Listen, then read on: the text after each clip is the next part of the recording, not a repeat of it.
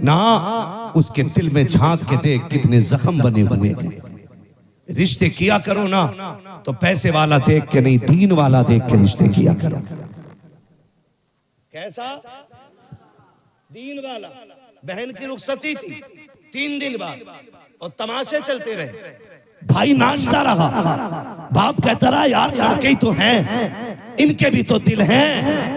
3 दिन तक तमाशे होते रहे, लेकिन जब रुखसती की बारी आई ना, जहेज सजाया गया, चंद बुढ़ियां जो ढोलक में सबसे आगे थी आगे बढ़ी। उन्होंने कहा पगलियो, बेड भी लगा दिया, प्लेट भी लगा दी, कुरान किधर है? आज कुरान याद आ रहा है। कहा क्यों? कहा अलमारी पे सबसे ऊपर कुरान रखा जाए। जब उस दिन कुरान को सबसे ऊपर रखा जाता है, कुरान चीख के कहता जालिमो, जब 3 दिन से गाने बज रहे थे तब तुम्हें मेरी याद नहीं आई थी? आज जहेज के लिए रह गया था मैं, सिर्फ सजावट के लिए बचा था मैं। तो ये सोचते अगर एक दिन इमाम साहब घर चले जावे ना तो मुक्तदियों में झगड़ा हो जा, मुसल्ले पे मुझे आना। दुख चल गए कि मुझसे पहले तू कैसे इमाम साहब के पीछे मैं खड़ा होता हूँ। कभी कह रहे आदान मैं पढ़ता हूँ, नमाज भी मैं ही पढ़ाऊंगा। मुसल्ला इतना हल्का ना समझिएगा, हम सारे ही आला हज़रत वाले लोग हैं। किसी ने आला हज़रत से पूछा आपको कितना इल्म है? इल्म कितना है? आज तक तहकीक चल रही है, एक एक शेर की तशरीह हो रही है, लेकिन शेर की तशरीह मुकम्मल नहीं हो रही है। सैकड़ों साल बीत गए, लेकिन आला हज़रत अभी समझ में नहीं आ रहे। तो वो क्या कहते हैं? उन्होंने कहा कि बस इतना इल्म है कि मैं अपनी नमाज सही पढ़ लेता हूं। अब सोचिए कितने इल्म की जरूरत है नमाज के दुरुस्त होने के लिए। कितने इल्म की जरूरत है नमाज के दुरुस्त होने के लिए। आला हज़रत जैसा आलिम कह रहा है कि बस इतना इल्म है कि अब अपनी नमाज दुरुस्त कर लेता हूं। यहाँ तो एक आए टोपी ओढ़ के, दाढ़ी भी पूरी थी, उनसे कहा नमाज पढ़ा तो कह रहे होले वाली पढ़ा लेता मैं। जोर से वाली नहीं पढ़ा पाता, होले वाली, धीरे वाली। का धीरे वाली क्या तेज वाली क्यों नहीं? इसमें भूल जाता हूं। तो ये कंडीशंस हमारी हैं। ये जो हमारे जलसे होते हैं ना, इन जलसों का मकसद क्या है?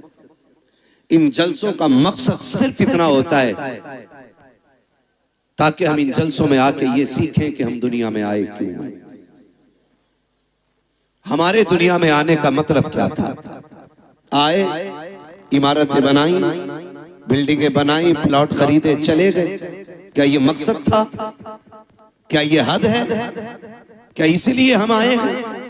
नहीं, आला हज़रत ने बात साफ कर दी।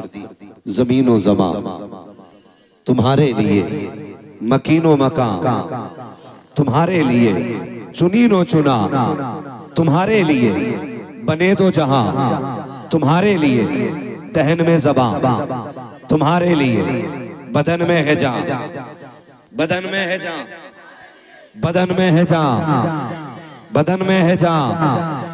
कुछ लोग अभी सर्दी में ठिठुर के बैठे, बोलना नहीं चाह रहे। बोलेंगे तो गरमाई आएगी। देखा ना, मुझे साइंस आती है, कितनी अंदर की बात बताई। बोलेंगे तो गरमाई आएगी। दहन में ज़बां, बदन में है जान, हम आए यहाँ, उठे भी वहां। जो नहीं बोल रहे वो उठ जाएं, जो खड़े उन्हें बैठने का मौका मिल जाए। हाँ, कभी कभी ऐसा होता है उन्हीं को जाम मिलता है जिन्हें पीना नहीं आता है ना। अगर किस्मत से कुछ सुस्त लोग आगे बैठ गए तो वो उठ के उधर चले जाएं, जो मजबूत लोग हैं वो थोड़े से आगे आ जाएं। हम आए यहाँ, उठे भी वहां, सबा वो चले कि बाग फले, वो फूल खिले कि दिन हो भले, लिवा के तले सना में खुले, रजा की ज़बां, रजा की ज़बां तुम्हारे लिए। अब इतना तो समझ में आ गया हम आए क्यों हैं।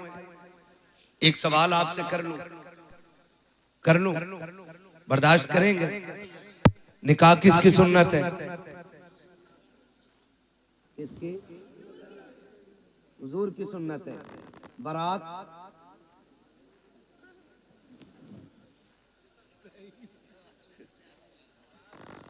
और ये बेटी के घर जाके जो ठलुए रोटी तोड़ते हैं ये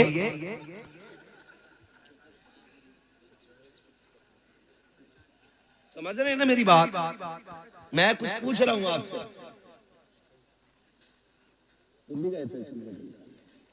बचना है ना? जो बारात में जाके रोटी तोड़ते हैं ये निकाह क्या है? बोले जिनका हो गया वही क्यों बोल रहे हैं? बोलो जरा, क्या है? किसकी? रसूलुल्लाह की।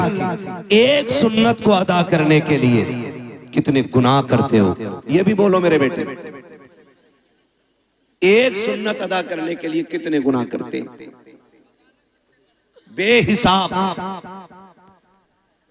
निकाह हुजूर की सुन्नत है और एक सुन्नत अदा करने के लिए क्या क्या न किया।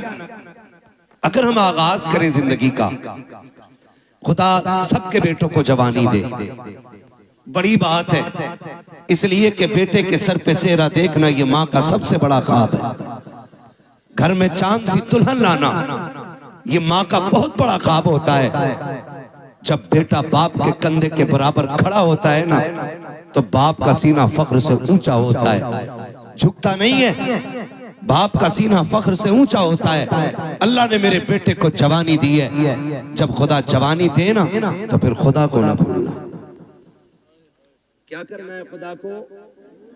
खुदा को नहीं भूलना है, यही असल है।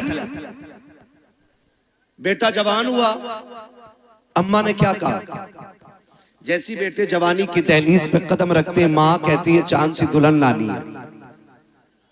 मैं समझता हूं हर माँ की कहानी ये होगी, क्योंकि हर माँ अपने लाल से बेपनाह प्यार करती है। मैं कहूं कि मोहम्मद रजा भाई की माँ प्यार करती है, सिर्फ ये गलत होगा। मेरी माँ प्यार करती है, सिर्फ ये भी गलत होगा। आपकी माँ प्यार करती है, सिर्फ ये गलत होगा। हर माँ का एक ख्वाब होता है, मेरा लाल जवान हो, सेहरा पहने, दुल्हन चांद सी मैं ढूंढ के लाऊं। मुझे तो हैरत होती है ना, जब बहुएं आके शिकायत करती, मौलवी साहब कोई तावीज होगा जिससे मेरी बहू का लड़ना खत्म हो जाए। तो मैं कुछ देर सोचता हूँ कि इसे ये हो क्या गया है, शिकायत कौन सी लेके आई है, पूछो बात क्या हो गई। तो एक सीधी बात कहती है, पता नहीं मेरी सास को जलन होती है मुझसे। ये एक एक बेटा मेरी बात कान खोल के सुन ले और याद रखिएगा, अगर एक रात के जलसे से जन्नत मिलती ना, तो हुसैन 72 गर्दनें नहीं कटवाते करबला में। ये भी कान खोल के सुन लीजिए, अगर जन्नत इतनी सस्ती होती ना, तो फिर करबला में हुसैन ने 71 लाशें नहीं उठाई होती। महंगी है जन्नत, उसे बचा के रखना जरूरी है, बचा के रखना जरूरी है। जब आके ये शिकायत की जाती है ना कि मेरी सास मुझसे चलती है, मेरा एक सवाल हर बहू से है, तुझे पता है ये तुझे कितनी हसरतों से लाई है? जब बेटा 12 साल से ऊपर चढ़ा था ना, तभी से उसने दुल्हन के तस्करे शुरू कर दिए थे। तभी से रिश्तेदारी में जाके कहती थी, सुनो बेटा 15 साल का हो गया, बेटा 18 का हो गया, मेरा बेटा 19 का हो गया। हम भी दुल्हन देख रहे हैं, क्यों? ताकि किसी अच्छी दुल्हन का पता मिल जाए, अच्छी दुल्हन का पता मिल जाए। मेरी बहन, मेरी बेटी, कान खोल के सुन, कोई माँ किसी बहू की दुश्मन नहीं होती है, किसी माँ को अपने बेटे की शरीक हयात से जलन नहीं होती है। आप अगर ये पूछें फिर ये झगड़े कैसे, एक सीधी सी बात है, याद रखिएगा ये सबक जाके बहन बेटी को पढ़ाना, कहना सुनो माँ हर बहू के अंदर एक अच्छी माँ देखना चाहती है। माँ हर बहू के अंदर एक अच्छी माँ देखना चाहती है।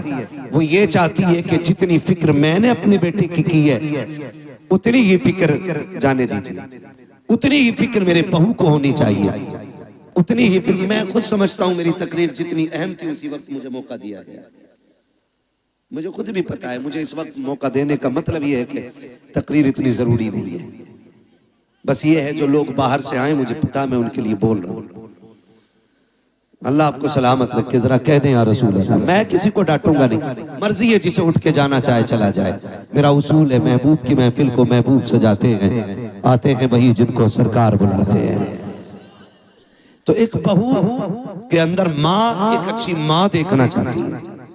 तो ये जो शिकायतें चल रही है ना छोटी छोटी, कहीं ना कहीं हमने इनमें कमियां की, कहीं ना कहीं हमने इसमें गलत किया। जब हम आए हुजूर के लिए थे तो जिंदगी किसके लिए जी रहे? आज के हालात आप देखें, हमारी कंडीशन क्या है। हम सारे दुश्मनों के निशाने पे बैठे हुए हैं। आज सारी इस्लाम दुश्मन ताकतें मुत्तहिद हो गई हैं और सबका एक ही मिशन है, मुसलमानों को मिटाया जाए, इस्लाम खत्म किया जाए। मैं कसम खा के कह सकता हूं, सुबह कयामत तक न मुसलमान मिट सकता है और ना ही इस्लाम मिट सकता है। इसलिए कि इस इस्लाम की बुनियाद इस उम्मत को मेरे नबी ने बनाया है और इस दीन की हिफाजत मेरा खुदा कर रहा है। फानूस बन के जिसकी हिफाजत हवा करे, वो शम्मा क्या बुझे जिसे रोशन खुदा करे। तो ये दीन मिट नहीं सकता है, लेकिन आपको होशियार होने की जरूरत है, आपको होश में आने की जरूरत है, आपको होश के नाखून लेने की जरूरत है। कितनी तेजी के साथ बेटियां मुर्तद हो रही हैं। आपके बरेली सबसे आगे इस लिस्ट में है कि सबसे ज्यादा अगर दीन छोड़ा है तो आपके बरेली की बेटियों ने दीन छोड़ा है। मैं खुल के कह रहा हूं आपसे, क्या किया हमने उनके लिए, कितनी तहरीकें चलाई, कितनी तंजीमें बनाई, कितनी कमेटियां बेटियों की हिफाजत के लिए बनाई गई। मुझे बताया जाए, बस जितनी देर खबर आती है बेटी फलां की भाग गई, उतनी देर गुस्सा आता है, उतनी देर प्लानिंग होती है। अगला सूरज निकला फिर वही बेढंगी चाल। कौन बचाएगा इन बेटियों को आकर के? क्या फिर से उमर इब्न खत्ताब को आना है? क्या फिर से शेर खुदा को आना है? क्या फिर कोई सलाहुद्दीन आएगा? क्या फिर कोई मोहम्मद बिन कासिम आएगा? क्या फिर से किसी खालिद बिन वलीद को आना है? नहीं, जिनको आना था आ चुके। अब या तो तुझे खालिद बिन वलीद बनना है या मुझे खालिद बिन वलीद बनना है। ये बात कान खोल के सुन लीजिए। मुझे नारों की जरूरत नहीं, तुम्हारी वाह की जरूरत नहीं। मेरा उसूल है, मैं आईना को दिखाऊंगा दाग चेहरे के, जिसे खराब लगे सामने से हट जाए। हमें फैसले करने पड़ेंगे, हमें जजमेंट लेना पड़ेगा, यहाँ बैठ करके ये इत्तेफाक राय करना पड़ेगा कि बेटियों को बचाना कैसे। किसी की एक गई, एक के जाने से कोई फर्क नहीं पड़ता है। लाखों भी चली जाएं तो इस्लाम पे फर्क नहीं पड़ता है। इसलिए कि इस्लाम शान वाला था, शान वाला है और शान वाला तकलीफ कब होती है? जब वो किसी गैर के बिस्तर पे बैठ के कहती है मैं अब्दुल रहमान की बेटी हूं, मेरा नाम फातिमा है, तब दिल धड़कना छोड़ देता है। तब जी में आता है ये नाम लेने से पहले इसकी जबान कट क्यों नहीं गई। हमें सोचना पड़ेगा हम कर क्या रहे हैं। आबादी कम है हमारी, तादाद कम है हमारी, मुझे बताओ पैसा कम है हमारे पास। हमारे पास जितना पैसा आया हमने या तो प्लॉट खरीदे या होटल बनाए या हमने बिजनेस आगे बढ़ाया, लेकिन कौम के फ्यूचर के बारे में किसी ने नहीं सोचा। मुखालफत नहीं करता मोहम्मद रजा भाई, हर बस्ती में कई मदरसे हैं, होने चाहिए, हर इलाके में खानका है, होनी चाहिए। लेकिन मुझे पता तो सही, जिस इलाके में कई मदरसे हैं, खानकाहें हैं, मज़ारात हैं, उन इलाकों में इस्लाम की शहजादियों की तालीम हासिल करने के लिए एक अच्छा इदारा क्यों नहीं है, अच्छे स्कूल क्यों नहीं है। हम तो कहते हैं बेटियों को IAS बनाएंगे, बनाओ तुम्हारी मर्जी है, IPS बनाओ तुम्हारी मर्जी है, MBBS बनाओ तुम्हारी मर्जी है, लेकिन तालीम के नाम पे ये जो नंगा नाच हो रहा है इसे रोकना पड़ेगा, इसे रोकना पड़ेगा। ये रुकेगा कैसे? खुदा की कसम, जिस तरह तुमने मदरसों के लिए चंदे किए हैं, मज़ारों के लिए चंदे किए हैं, इसी तरह कौम की बेटियों के लिए, स्कूलों के लिए चंदे करो और ऐसे स्कूल बनाओ जिसमें पढ़ने वाली भी बेटी हो, पढ़ाने वाली भी बेटी।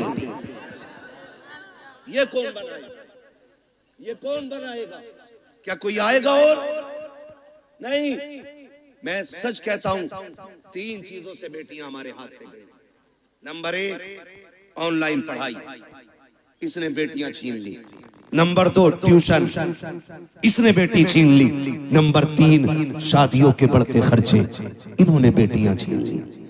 और ये कितनी कसरत से हमारे बीच में, ये खुद फैसला करें हम लोग। जब तक ऑनलाइन पढ़ाई नहीं थी, किसी को रजाई में छुप के मोबाइल चलाने की इजाजत नहीं थी। जब से ऑनलाइन तालीम आई, बाप की मजबूरी बन गई। ऑनलाइन छोटे फोन पे नहीं हो सकती, बड़े फोनों पे। और रह गई ट्यूशन के तमाशे, तो आप सोशल मीडिया पे सर्च करें हमारी बेटियों का किस तरह इस्तेमाल हो रहा है, किस तरह उन्हें छेड़ा जाता है। मैं आपकी बेटी पे एतराज नहीं कर सकता, मैं कहता हूं आपकी बेटी शरीफ होगी, लेकिन जहां जाके बैठ रही है वहां तो सारे शरीफ नहीं है, वहां तो सारे शरीफ नहीं है। और इस तरह मिजाज बनाया गया, 2 लड़कों के बीच में एक लड़की बैठाई जाती है। और अब्बा कह रहा शुक्र है बेटी आईएएस हो रही है, बेटी आईपीएस हो रही है। मैंने पहले कहा मैं तालीम का मुखालिफ नहीं, तरीक़े तालीम का मुखालिफ हूं।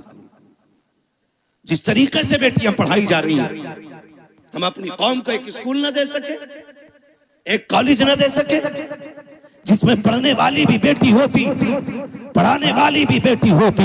आए दिन तमाशे होते रहते हैं। कोई कहता मौलाना कुछ करो, क्या करना है? फला स्कूल के बाहर बच्चियों का नकाब उतरवा दिया गया, फला स्कूल के बाहर दुपट्टे उतरवा दिए गए। मैंने कहा मौलवी अकेला क्या करेगा, जब तक कौम जिम्मेदारी नहीं संभालेगी। एक मौलवी क्या क्या करेगा, जलसे भी संभाले, मदरसे भी संभाले, मस्जिदें भी संभाले, खानकाहें भी संभाले, महफिलें भी संभाले, इलाके भी संभाले, जिम्मेदारी स्कूलों की भी। मौलवियों के सर डालना चाहते हो, निकलो कमाई के चक्कर से, थोड़ा सा आगे बढ़ के ऐसे स्कूल बना दो ताकि किसी की जरूरत ना हो, कोई तेरी बेटी का नकाब उतार सके, कोई उसके सर से दुपट्टा उतार सके। उससे कह दो बेटी भी हमारी है, स्कूल भी हमारा है, तालीम जो भी होगी कहीं से फातिमा ज़हरा बना के बेटी पढ़ाई जाए। इस तरह बेटियां पढ़ाओ, वरना वो दिन दूर नहीं है, तेरी मेरी बेटियां तेरे मेरे घर से निकल जाएंगी और रोने के सिवा कुछ नहीं होगा। और ये बेटियां जो हाथों से निकल गई, इसकी सबसे बड़ी वजह है बाप और भाइयों का नशेड़ी और शराबी होना। सुन लो कान खोल करके, मुझे मतलब नहीं है दोबारा बुलाया जाए या ना बुलाया जाए, ये सबसे बड़ी वजह है। जब बाप या भाई शराब के नशे में धुत पड़ा रहेगा तो घरों की रखवाली कौन करेगा? हम कहां गिर गए? पार्टी के नाम पे शराब, दोस्तों की दावत के नाम पे शराब, बिजनेस में फायदा हो गया उसके नाम पे शराब। अब तो शादियों में शराब चलने लगी। किसकी नजर लगी इस कौम मुस्लिम को, मैं पूछना चाहता हूं। किसकी नजर खा गई कि हमारी कौम तबाही की तरफ जा रही है? हुआ क्या है हमें? खुदारा संभालो अपनी नस्लों को, वरना मुसलमान कहते हुए गैरत आएगी। डॉक्टर इकबाल ने बहुत पहले कहा था, यूं तो सैयद भी हो, मिर्जा भी हो, अफगान भी हो, तुम सभी कुछ हो, बताओ कि मुसलमान भी हो। आज कौन सा झगड़ा नहीं है? कोई कह रहा मैं पठान हूं, कोई कह रहा मैं अंसारी हूं, कोई कह रहा मैं शेख हूं। यही झगड़े रह गए थे, कोई दूसरा काम नहीं बचाता। और भाई सुन कान खोल करके, किसी पठान को कोई अजमत और रिफत हासिल नहीं है, किसी खसाब को कोई अजमत हासिल नहीं है। खुदा की कसम, अल्लाह के नजदीक सबसे ज्यादा इज्जत वाला वो होता है जो सबसे ज्यादा तकवे वाला होता है। अगर नाज करना है, सजदों की कसरत पे नाज करो, कुरान की तिलावत पे नाज करो, अपने आप को देखो, मुहासबा करो, आईने के आगे खड़ा कर और पूछ तो सकी कितनी रातें ऐसी गुजरी है जिसमें तुमने खुदा को मनाया है, कितनी रातें ऐसी गुजरी है जिसमें रब को राजी किया है। अगर एक रात भी ऐसी नहीं है तो हंसने का मौका नहीं है, खुश होने का मौका नहीं है। एक रात ऐसी निकाल ले कि जब दुनिया सोती हो तू मुसल्ले पे आ जा, अपने रब को रो के दिखा दे। खुदा की कसम, तो आंसू गिराना तेरा काम है, जन्नती बना देना खुदा का काम। लेकिन हम तो डांस भी करते हैं तो नात के नाम पे, शादियों के नाम पे शराबें। कह रहा हमें पढ़ाता, कह रहा मौलवी साहब तुम्हें नहीं पता है बियर में नशा नहीं होता, एनर्जी ड्रिंक है वो। आग लगे तेरी एनर्जी में, अगर ताकत लेनी है तो वो खजूर खा जो हुजूर के मदीने से आई हो। हाँ, इससे ज्यादा ताकत शराब। इन्होंने हमारी कौम का बेड़ा गर्क कर दिया। नौजवान अक्सर इधर जा रहे, खुदारा निकले इन चीजों से। शराब मेरे नबी ने हराम कही तो हराम है, मानते हो कि नहीं? शराब, शराब इतनी जोर से कहो कि जो पीते हो उन तक आवाज पहुंचे। शराब, शराब। और जिस चीज को मेरे नबी ने ठुकरा दिया, कोई माई का लाल उसे हमारे होठों तक नहीं ला सकता है। हाँ, हुजूर के गुलाम हम आज जबान कह रहा बियरी तो है, मार दी एक दो गिलास, बेड़ा गर्क हो जाएगा। कोई मसला नहीं ना बेटे, ना वो इसलिए कह रहे हैं बेटे, वो देख रहे हैं। तुमसे कोई तकलीफ नहीं है भाई, तुम बैठो बैठो। हाँ, तवज्जो है सारे लोगों की? बेटे नहीं लिया तो तू तकसीम कर ले, मैं कर। तवज्जो है ना सारे लोगों की? शराब डूब के इसमें जाकर के याद रखिएगा, शराब पीने वाला ना अच्छा शोहर हो सकता है, ना अच्छा बाप हो सकता है, ना अच्छा भाई हो सकता है, ना अच्छा बेटा हो सकता है। और याद रखिएगा, मुआशरे की एक बीमारी का नाम शराबी है। इतनी बुरी चीज, जो शराब पीता है उसके घर की इज्जत महफूज नहीं रहती, उसके घर की बहन बेटियां बाहया नहीं होती। अगर किसी को घर की इज्जत को आग लगाना हो तो शौक से शराब पिए जाके। आखिरत का अजाब अलग बात है, मैं दुनिया के अजाब बता रहा हूं। तो कभी भी शराब के करीब नहीं जाएंगे इंशाअल्लाह, शराब के करीब नहीं जाएंगे इंशाअल्लाह। पार्टी के नाम पे मेरे भाई शराब आई, उसके अलावा एक बीमारी और, शादी में शराब आ गई। अब एक तमाशा और चल गया, हल्दीराम। नमकीन की बात नहीं कर रहा हूं मैं, हल्दी ये चल गई है ना रसम। आए दिन फेसबुक पीला पीला दिखता है। अब हल्दी डे, हैप्पी हल्दी है। इतनी धुन से तो शबे बारात का एहतमाम नहीं करते जितनी धुन से हल्दी का कर रहे हैं। यूं तो सैयद भी हो, मिर्जा भी हो, अफगान भी हो, तुम सभी कुछ हो, बताओ कि मुसलमान भी हो। क्यों लगती है हल्दी भाई? गोरा होने के लिए। भैंस को 4 दिन हल्दी में डुबा के रख, काली की काली रहेगी, वो गोरी। तूने हल्दी क्यों लगाई? हाँ, इमाम साहब ये बात बोल देना, इनका हिसाब करो, मेरे लल्ला की शादी से जल गए। क्यों इन पे लल्ला नहीं है? ये कंडीशन होती है। असल में बात क्या है ना, लोग उन्हें धुन से सुनते हैं जिन्हें पैसा देना पड़ता है। जो महीने के 10,000 लेता तो उसकी बात भी नहीं सुनते। ये भी कड़वी सच्चाई है। कभी ये सोच रहे हो कि अपनी जमात के खिलाफ ना, मैं जानता हूं। तो ये कंडीशन हल्दी की, हल्दी इसलिए लगती है ना कि गोरा हो जाए। गारंटी है मेरी जात, जिसकी शादी हो ना उसे 4 दिन हल्दी ना लगा, 10 दिन एतकाफ की नियत करा के मस्जिद में बैठा दे, कुरान और तस्बीह दे दो और उससे कह तुझे दुनिया की बात नहीं करनी। अल्लाह की इज्जत की कसम खा के कहता हूं, अगर 10 दिन में चेहरे पे निखार ना आ जाए तो नाम बदल देना। जो चीज थी हमारे पास वो खत्म हो गई। हल्दी अकेला एक की शादी थी तो 4 पीले बने घूम रहे, सारे मेंढक लग रहे है ना।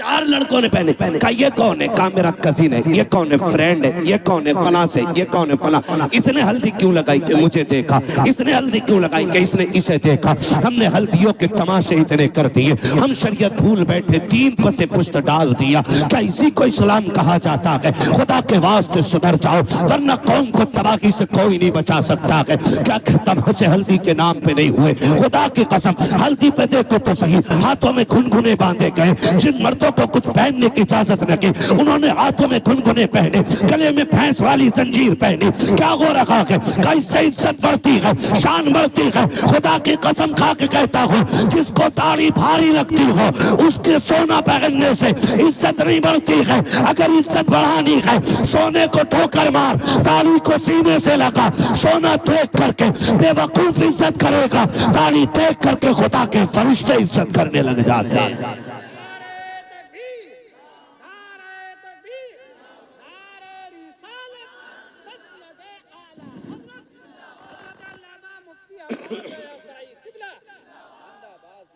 समझ रहे मेरी बात? हल्दी करोगे से बंद करो हल्दी सल्दी। जितनी तूने लगाई है इतने में 4 लोगों का खाना बन जाता। क्या तरीके ये? इस्लाम ने 5 वक्त वुजू का तरीका दिया था। तुझे वो देखे मुंह नहीं निखारा जा रहा, हल्दी लगा के पीला हो रहा है। हल्दी लगा के। और कम लड़कियां नहीं, अब्बा दे रहा 15,000, ले ब्यूटी पार्लर चली जा। कहां? ब्यूटी पार्लर अब्बा भेज रहा है। अब्बा ये भुएं कटवाई जाती है। ये पूछो इन उलमा से, एक बाल तक उखेड़ना हराम है। एक बाल तक। तमाशे हो गए, हद हो गई। जन्नत न तेरे बाप की है न मेरे बाप की है। जन्नत इतनी सस्ती होती ना तो ज़ैनब ने लाशों पे घोड़े देखते हुए तोड़ते घोड़े देखे, लेकिन सर से चादर नहीं सरकने थी। सगे भाई के बदन पे घोड़े तोड़े, सैयदा ज़ैनब ने पर्दा नहीं छोड़ा। देखो तो सही, अकबर की लाश सामने थी लेकिन पर्दा नहीं छूटा। बेटों की लाश पे घोड़े तोड़े, पर्दा नहीं छूटा। तेरी बेटी ने गैर के जाके आगे अपने कपड़े उतार दिए, दुपट्टा हटा दिया। का इतना सजा दे, एक रात की दुल्हन बन सको। मैं कहता हूँ मेरी बहन कान खोल के सुन ले, इस महकम से एक रात का हुस्न आता है। अल्लाह वाली बन जा, कयामत के दिन अल्लाह इतना हसीन बनाएगा कि हूरे तेरे हुस्न को देख के रश्क करती नजर आएगी। और नतीजे मेकअप कितने में होता है? अरे पैंट कितने में होता है ये बताओ? सीधी बात, कितने में हो जाता? 10,000, 5,000, 15,000 जैसी क्वालिटी चाहिए। अब तो सब में बन गई है ना। अच्छा उसूल क्या है? दूल्हा बनते हैं तो क्या रकात पढ़ते हैं? कितनी पढ़ते? पीछे वाले भी पढ़ते हैं कि ऐसे ही चले गए थे ससुराल? कितनी रकात? 2 रकात। और फिर तरीका यह है इस्लाम का, 2 रकात पढ़ के गया था, 2 रकात आके पढ़ता। तू भी पढ़ता, वो भी पढ़ती, लेकिन वो इसलिए नहीं पढ़ेगी कि वुजू करना पड़ेगा। और वुजू कर लिया तो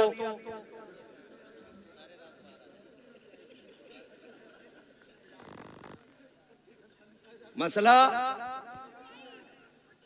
पुट्टी छूट जाएगी। बच्चा कह रहा अगर वुजू कर लिया तो पुट्टी छूट जाएगी। ये राज सारे ही जानते हैं। हाँ? अब नुकसान जानते हो? जब पहली रात देखा था तो लग रही थी परी की बच्ची, अगले दिन जब देखा ना तो लग रही थी चुड़ैल की बच्ची। इसके नुकसान आप जानते हैं? इंसान की नजर में जो चेहरा समा जाता फिर उसको उसी चेहरे से मोहब्बत होती है। अगर वो बदल जाए तो मोहब्बत कम हो जाती है। यही वजह है जो तलाक कसरत से हो रहे। याद रखिए, यही वजह है जो तलाक कसरत से हो रही है। ए मेरी बेटी खातून जन्नत के दर की कनीज कहलाने वाली, जरा सोच तो सकी, तुझे रब ने बाहया बनाया था, तेरी गोद में सलाहुद्दीन आया, तेरी गोद में खालिद बिन वलीद आए, तेरी गोद में उमर इब्न खत्ताब आए, तेरी गोद में अबू बकर सिद्दीक आए। तू नबी तो ना बन सकी, लेकिन नबियों को जन्म देने का शरफ तुझे दिया गया है। तू नबी तो ना बन सकी, लेकिन नबियों को तूने गोद में लेकर लोरियां दी है। रब ने तुझे बड़ा मकाम बख्शा था, बड़ी इज्जतें अता की थी। आज क्या हो गया है, तेरी गोद में आने वाला डांसर तो हो रहा है, कुरान का कारी नहीं हो रहा है। तेरी गोद में आने वाला बदमाश तो हो रहा है, लेकिन नबी के दीन का आलिम नहीं बन रहा है। क्या हो गया है, क्या साथ बदल गई है या तरीके बदल गए हैं? ए मेरी कौम के शहजादी हो, आज भी औरत हो, कल भी तुम औरत थी, आज भी तुम्हारी गोदों में आ रखे हैं बच्चे, कल भी तुम्हारी गोद में बच्चे आते थे। लेकिन फर्क है, आज शादी से एक दिन पहले बेगैरती की चादर ओढ़ के गैरों के सामने चेहरे खोल देती हो, खुदा की कसम।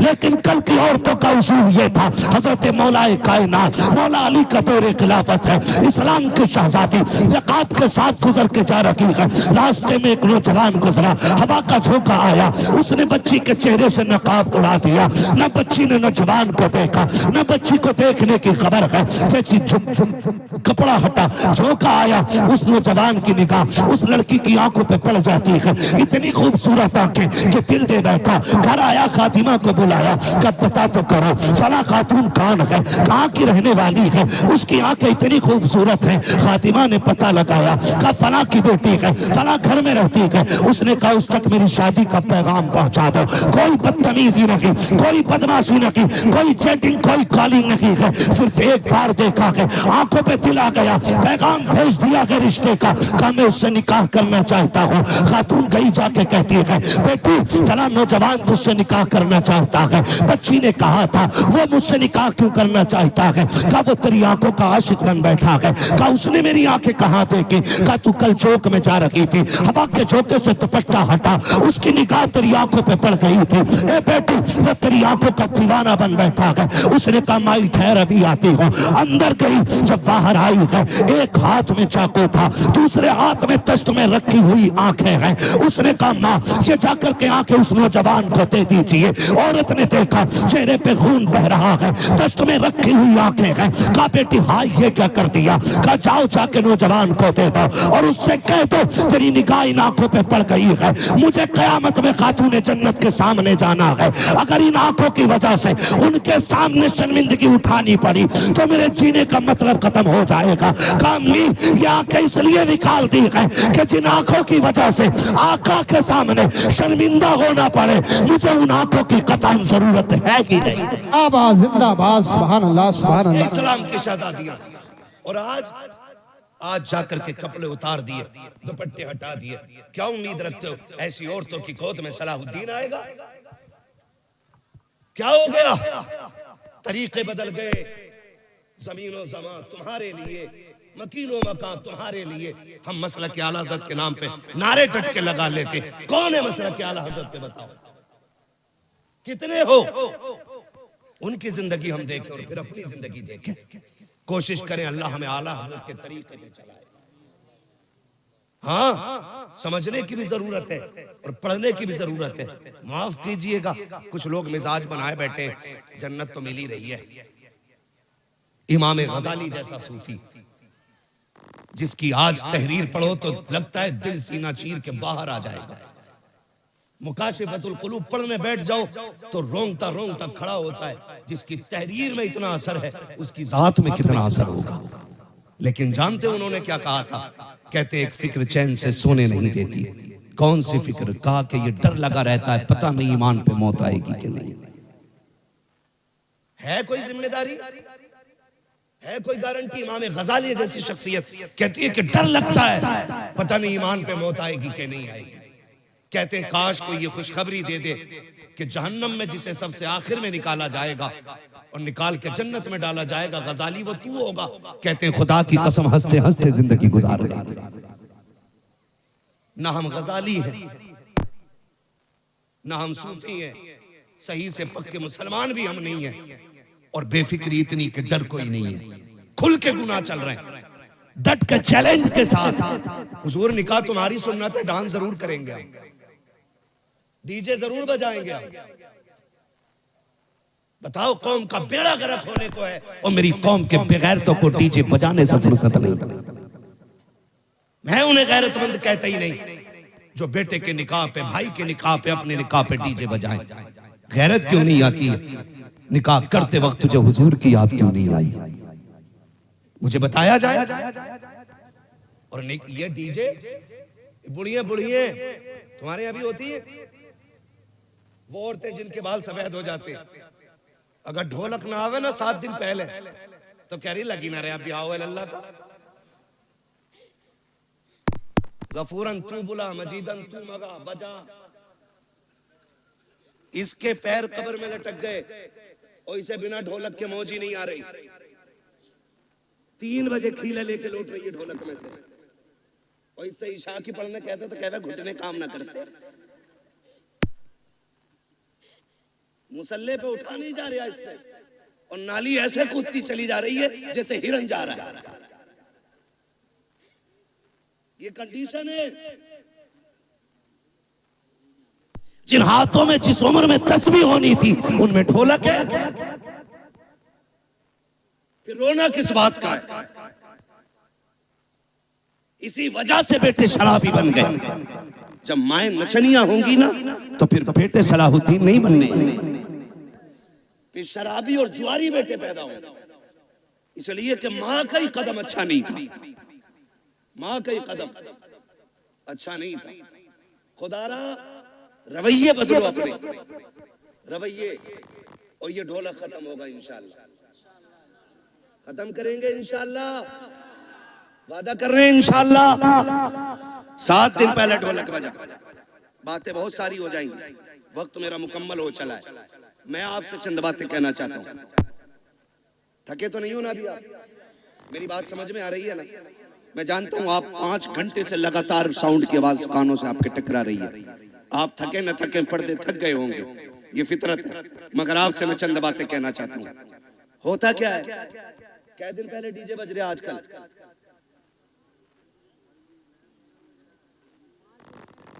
5 दिन तो चल ही रहे हैं, क्योंकि पंचतन के मानने वाले जो हैं पहले। अच्छा, डीजे की कोई तखसीस है कि बेटे में बजेगा या बेटी में? अब तो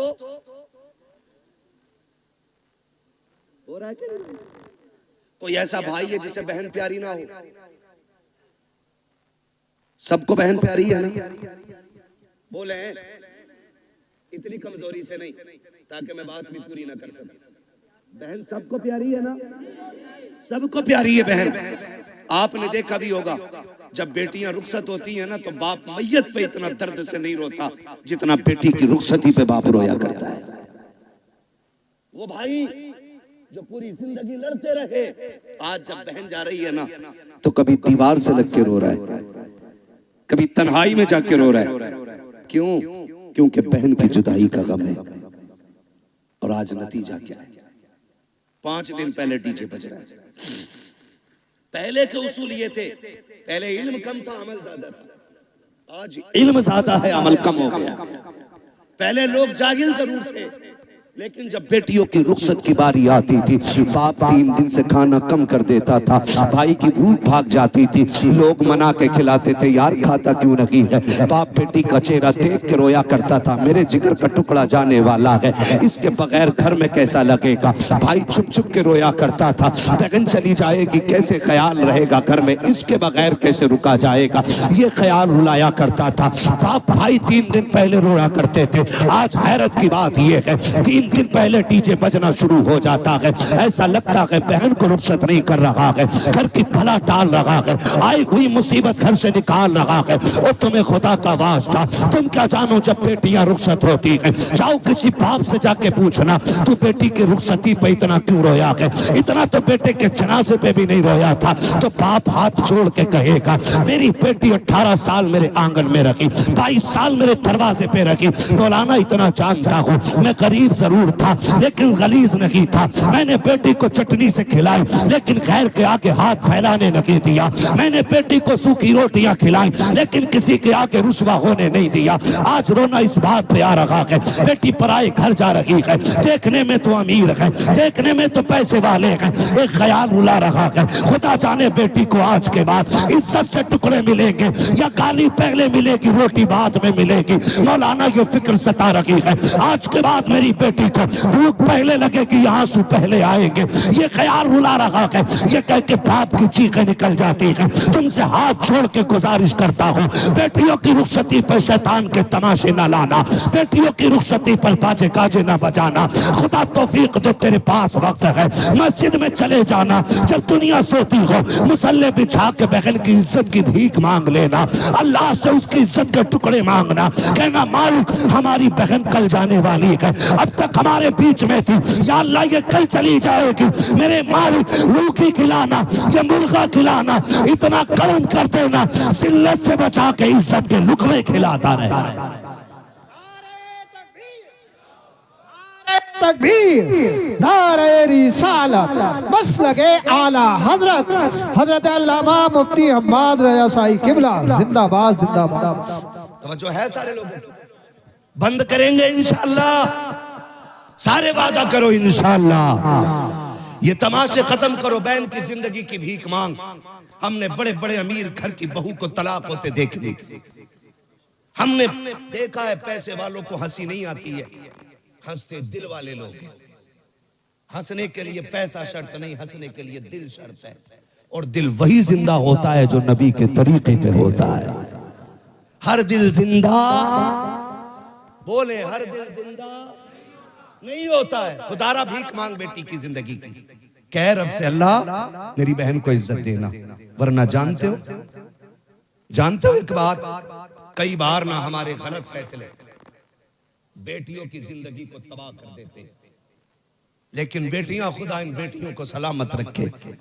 महबूब के सदके में बड़ी दौलत मिल गई, जितना भी सितम हो जाए कभी ससुराल के ताने बाप को आके नहीं बताती, और हम इसी खुशफहमी में रहते हैं हमारी बहन तो अच्छी रह रही है, हमारी बेटी तो सुख में रह रही है ना। उसके दिल में झांक के देख कितने जख्म बने हुए हैं। रिश्ते किया करो ना तो पैसे वाला देख के नहीं, दीन वाला देख के रिश्ते किया करो। कैसा दीन वाला? बहन की रुखसती थी 3 दिन बाद और तमाशे चलते रहे, भाई नाचता रहा, बाप कहता रहा यार लड़के ही तो हैं, इनके भी तो दिल हैं।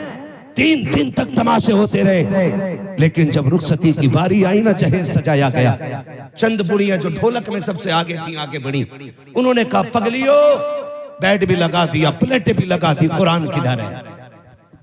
आज कुरान याद आ रहा है। कहा क्यों? कहा अलमारी पे सबसे ऊपर कुरान रखा जाए। जब उस दिन कुरान को सबसे ऊपर रखा जाता है, कुरान चीख के कहता जालिमो, जब 3 दिन से गाने बज रहे थे तब तुम्हें मेरी याद नहीं आई थी? आज जहेज के लिए रह गया था मैं, सिर्फ सजावट के लिए बचा था मैं। क्या तुम्हें मेरा ख्याल उस वक्त नहीं आया जब 3 बजे तक तुम बेटी की रुखसती पे गाने बजाते रहे? है कोई जवाब कुरान के इन सवालों का? है कोई जवाब? कोई जवाब नहीं होगा। और याद रखो, जब कुरान शफाअत कराने का हक रखता है ना, तो शिकायत करने का भी हक रखता है। ये याद रखना मेरी बात। शायद इतनी कड़वी तुम्हें कोई कह के ना जाए, किसी के मुरीद टूट जाएंगे, किसी के खलीफा छूट जाएंगे, मुझे कोई फर्क नहीं पड़ता, मेरी ड्यूटी अल्लाह ने यही लगाई है। कुरान अगर शफाअत करने का हक रखता है तो कुरान शिकायत करने का भी हक रखता है। तुमने सिर्फ जहेज के लिए कुरान रखा, फिर जब बेटी रुखसत होने लगी कौन सा तमाशा ना हुआ है? पहली बात तो जब बारात आई तो दूल्हा की गाड़ी वहां तो रुकती नहीं जहां बैठना है।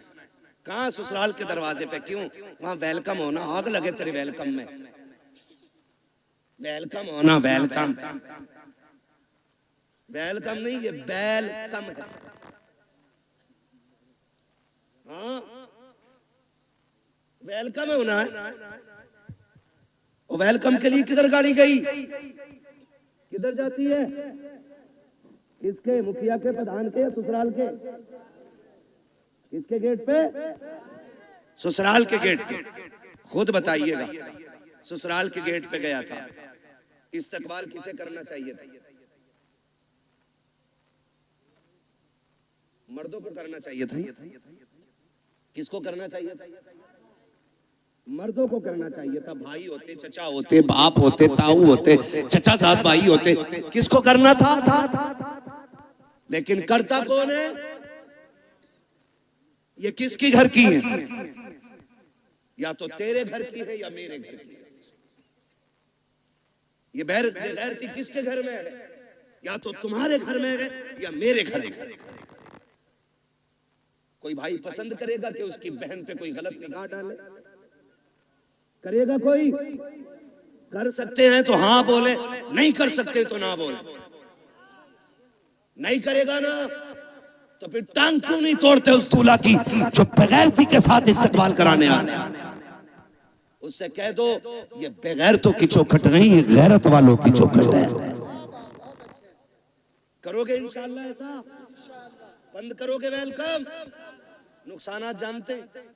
जाओ देख लेना। जब वेलकम होता है ना तो जितनी लड़कियां आती हैं किसी के सर पे सलीके से दुपट्टा नहीं होता, इसलिए कि जितनी इस्तकबाल करने आएगी एक भी गैरत आजादी नहीं हो सकती। गैरत वाली बच्चियां तो घर से निकलती नहीं। ये जितनी आती है बेगैरत आती है, ये याद रखिएगा मेरी बात। जितनी आती है बेगैरत आती है।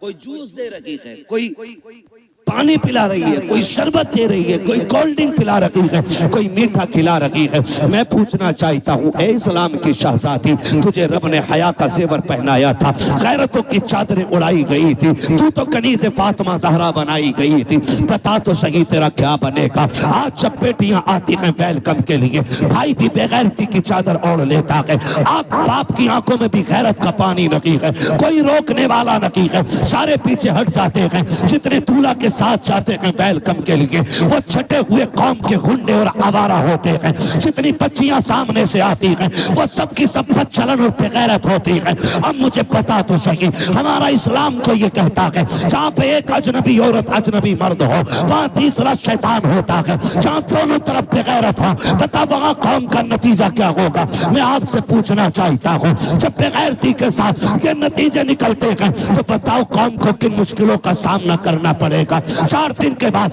जब बेटियां बाप का मुंह काला करके जाती हैं, तब मौलवी के पास दुआ के लिए जाते हो, पीर से तावीज लेने जाते हो, फजर से पहले पहले आ जाए ताकि इज्जत रह जाए। ओ जालिम, अब कोई तावीज काम नहीं आएगा, अब कोई दुआ काम नहीं आएगी। 18 साल बिगाड़ा है बेटी को, इस गलती का मुदाफा 1 मिनट के तावीज से नहीं होगा। अगर नस्लें बचाना चाहते हो, 1 दिन की उम्र से लेकर के शादी तक अपनी बेटी की ऐसी परवरिश करो जैसी परवरिश मेरे नबी ने खातून जन्नत की है। खातून जन्नत ने जैसी परवरिश सैयदा ज़ैनब की है। खुदा की कसम बहुत इनकी होगी, आने वाला सलाहुद्दीन अय्यूबी पैदा होगा। जिंदाबाद जिंदाबाद। नारे तकबीर, नारे रिसालत, मसलके आला हजरत, उलमाए सुन्नत, जिंदाबाद जिंदाबाद। बंद करेंगे ये तमाशे इंशाअल्लाह। जितने वादा करते हाथ उठा के कहें इंशाअल्लाह। अब भी देखो किसके नस्ल में भी लहू में बेगैरती हाथ नहीं उठाए। देखो दाएं बाएं किसने नहीं उठाया है। जरा बंद करेंगे ये तमाशे इंशाअल्लाह। आज मैं दूसरी बार आया हूं, एक बार पहले भी आया था तो बारिश हो गई थी रब के करम से। आज आया हूं, आज 1 घंटे से ऊपर बात हो गई है। क्या नाम है अपनी इस बस्ती का? सैदपुर चुन्नीलाल। कितने लोग इस गांव के अंदर हाथ उठा के बता दें? जियो सलामत रहो, माशाअल्लाह। लग रहा पूरा गांव हुजूर की महफिल में आ गया है ना? अल्लाह सलामत रखे। ठीक है जी, जितने इस गांव के लोग हैं वो हाथ उठाएं, जरा हाथ उठाने क्या भाई बेटे, फरमाइशें कई सारी हैं मेरे लाल, और भी लोगों की फरमाइश है। देखो जलसा, मैं जानता हूं मुझे नंबर बहुत देर में मिला है, लेकिन मैं चाहता हूं अगर देखो अगर काम ना हुआ तो फिर ये आपका 2-2.5 लाख खर्च करने से कोई नतीजा नहीं है। ये सुन लीजिएगा, हाथ उठाएं जो इस बस्ती के लोग हैं, उठाए जरा। या रसूल अल्लाह, देखें गुलामों ने हाथ उठाए हैं। या अल्लाह, जितने इस महफिल में आए हैं आज की रात के सदके सबको महबूब का सच्चा गुलाम बना दे। हाथ अभी ऊपर ही रखने हैं ना, ऊपर ही, नीचे नहीं करने भी हाथ अभी नीचे नहीं करने। अल्लाह खातून जन्नत का सदका अता करे, हमारी बहन बेटियों को कनीज़े फातिमा ज़हरा बना दे। वादा करो आज के बाद इस बस्ती में डीजे नहीं बजेगा इंशाअल्लाह। वादा करें सारे लोग, डीजे, वादा करें डीजे। देखो बोल कौन नहीं रहा है, डीजे नहीं बजेगा। गैर शरीक कोई भी रस्म अदा नहीं होगी, शराब से बचेंगे इंशाअल्लाह। वादा करें इंशाअल्लाह, जो डीजे बजाएगा उसका बाइकाट करेंगे इंशाअल्लाह। हाँ तब नीचे कर लीजिए, हुजूर की महफिल में वादा हो गया। इमाम लोग हैं, कितने इमाम हैं? 3 इमाम हैं, 2 हैं भी। मैं इन 2 से अर्ज करूंगा और तीसरे तक मेरा पैगाम पहुंचा देना। खुदा के वास्ते आप मसलक आला हज़रत वाले लोग हैं, आप भी अहद कर लें, जिस बारात में डीजे आएगा ना उसमें निकाह पढ़ाएंगे ना उसमें खाना खाएंगे। ये उलमा की भी जिम्मेदारी है। और इंशाअल्लाह मुझे उम्मीद है ये ताजुश शरिया वाले लोग हैं, या आला हज़रत वाले लोग हाथ उठ गए हैं तो वादा पूरा किया जाएगा इंशाअल्लाह। इंशाअल्लाह ढोल बंद होगा, गाने बंद होंगे। और अगर करना ही है ना, बस आखिरी बात सुन ले जरा, कहते हैं या रसूल अल्लाह, शादी पे कार्ड छपते हैं, दावतें होती हैं, जाती है ना, सबके नाम होते हैं। क्या हमारे कार्ड में हुजूर का नाम भी होता है? खाला के नाम का कार्ड है, फूफा के नाम का कार्ड है, मामू के नाम का कार्ड है, किसी कार्ड पे हुजूर का नाम भी लिखा है कि नहीं? आप कहेंगे कैसे हुजूर को कार्ड जाएगा कैसे? एक सीधी सी बात है, खाला को कार्ड इसलिए दिया कि वो आए, खालू को कार्ड इसलिए दिया वो आए, फूफा को कार्ड इसलिए दिया वो आए, सारे रिश्तेदारों को इसलिए कार्ड दिया गया ताकि वो आए। एक कार्ड मदीने भी भेज दिया करो। आप कहेंगे कैसे? वो कार्ड सीधा सा है, निकाह तेरा हो महफिल हुजूर की सजा लिया करो। महफिल हुजूर की हो, सुना है आप हर आशिक के घर तशरीफ लाते हैं, मेरे घर में भी हो जाए चरागा। हुजूर को बुलाने का बस यही एक कार्ड है। दूल्हा तेरा बेटा बने, सेहरा मदीने वाले का होना चाहिए। वो सरवरे किश्वरे रिसालत जो अर्श पर जलवागर हुए थे, नए निराले तरफ के शामा अरब के मेहमान के लिए थे। है ये सेहरा चलता हो और दूल्हा तेरा बेटा बना हो, फिर देख सिर्फ हुजूर नहीं आएंगे, रब करम करेगा तो फरिश्ते हुजूर के साथ आ जाएंगे। तो एक कार्ड हुजूर के लिए जाएगा इंशाअल्लाह। तो जरूरी नहीं है मोहम्मद अली फैजी आए तब महफिल सजेगी, अहमद उल फत्ता आए तब महफिल सजेगी, अम्माद आएगा तब सजेगी। मैं कहता हूँ कोई भी ना आ सके ना तो मुफ्ती अहमद रजा मोहम्मद रजा भाई को बैठा दे माइक पे, क्या हुजूर की नाज सुना। वो जब देखते हैं ना मुंह नहीं दिल देख के आया करते हैं। तो इंशाअल्लाह ये कार्ड हुजूर को जाएगा इंशाअल्लाह। और जिस घर में डीजे बज जाता है उस घर में हुजूर को नाराज कर दिया जाता है। फिर कह रहा कौरमा कम पड़ गया मौलाना, मुफ्ती साहब ने फातिहा हल्की पड़ी थी, कम क्यों पड़ा है? पहली बात तो डीजे बजाया, हुजूर नाराज, खुदा की रहमतें नाराज, यही है ना। और जब रहमतें नाराज तो बरकतें नाराज, फिर बरकतें नाराज। और एक काम और किया, उल्लू बन गए सारे गधे, खड़े होकर खाना चले स्टैंडिंग में, आधा खा रहा आधा फेंक रहा। ये कंडीशन बना रखी है, डोंगे के डोंगे रखे और कह रहा इसे बदल के ले आओ। ये वो लोग हैं जो अपनी बीवी के छींचड़े फेंकने पे भी नाराज हो जाते हैं। क्या तुझे पता 240 को मिल गया, थोड़ा सा मसाला है 280 हो गया, इधर महंगाई ज्यादा है तो बारात में जरूर जाना चाहिए। समझ रहे मेरी बात? तो ये वो लोग होते हैं जो बीवी को छींचड़े फेंकने पे भी गुस्सा हो जाते हैं और कहते हैं शाम को सब्जी ना बनाइए, वो कहती खत्म हो गई, कह रहा कुकर पोंछ के काम चला लेंगे। ये अपने घर की कंडीशन। और जब किसी बेटी वाले के घर जाते हैं तो डोंगा बोटी और शर्म कर, तेरी नजर में एक बोटी है लेकिन इसमें किसी गरीब की 18 साल की कमाई लगी है। किसी बाप की जवानी लग गई इस खाने को तैयार करने में।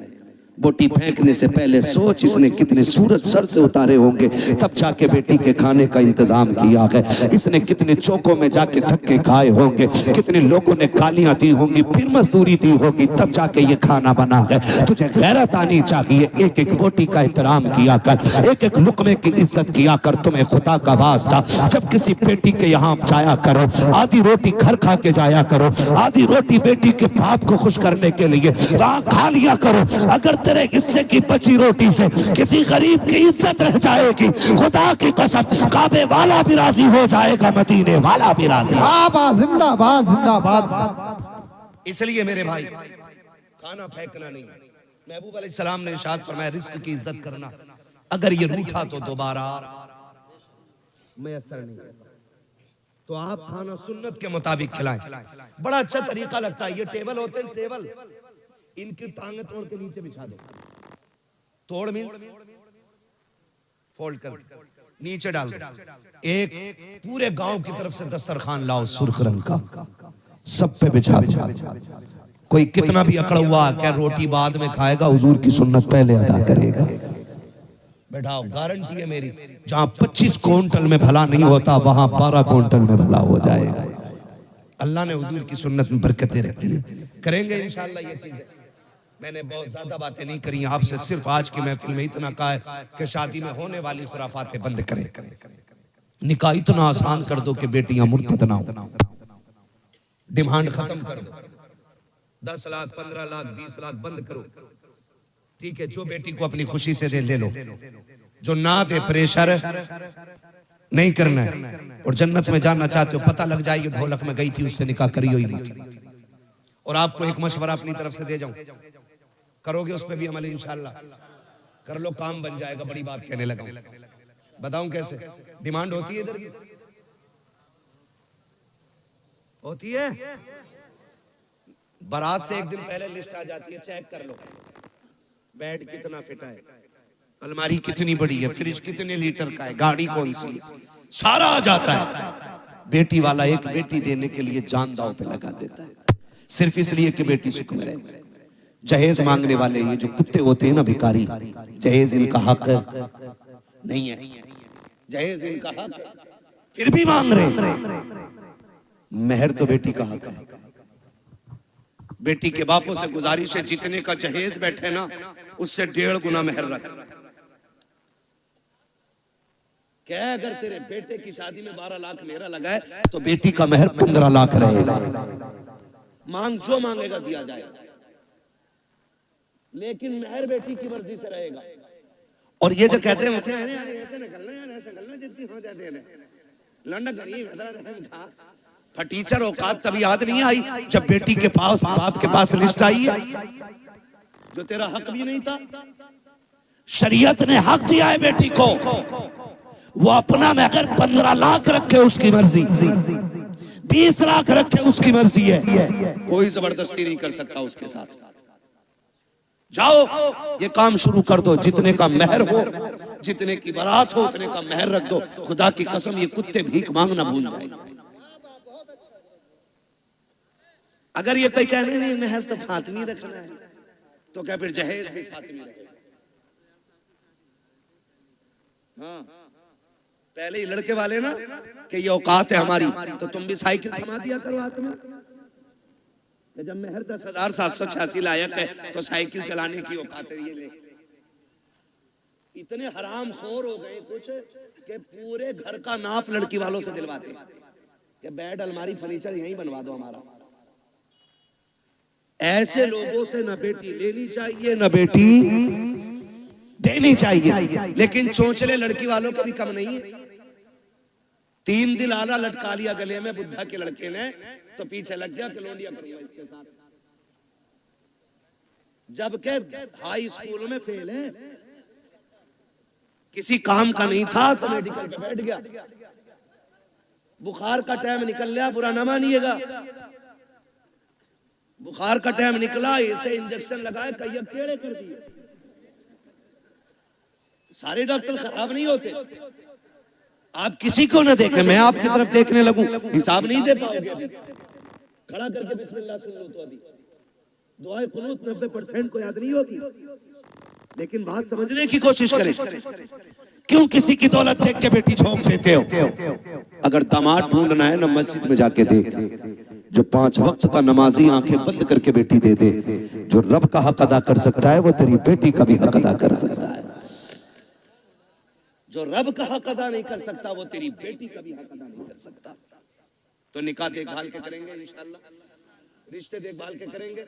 कोई डिमांड वाला आए ना तो उससे ना पहले तय कर लो, जितने का तेरा जहेज रहेगा उतना हमारी बेटी का महर रहेगा, कर या ना कर।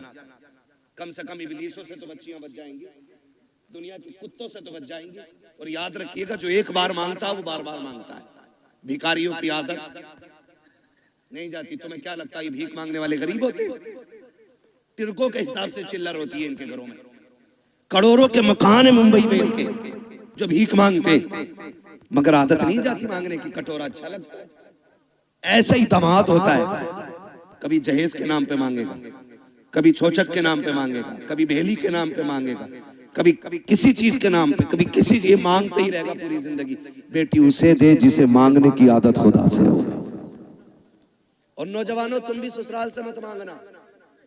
मांगोगे ससुराल से, मांगोगे इसलिए कि ससुर के देने से भला नहीं होता, खुदा के देने से भला होता है।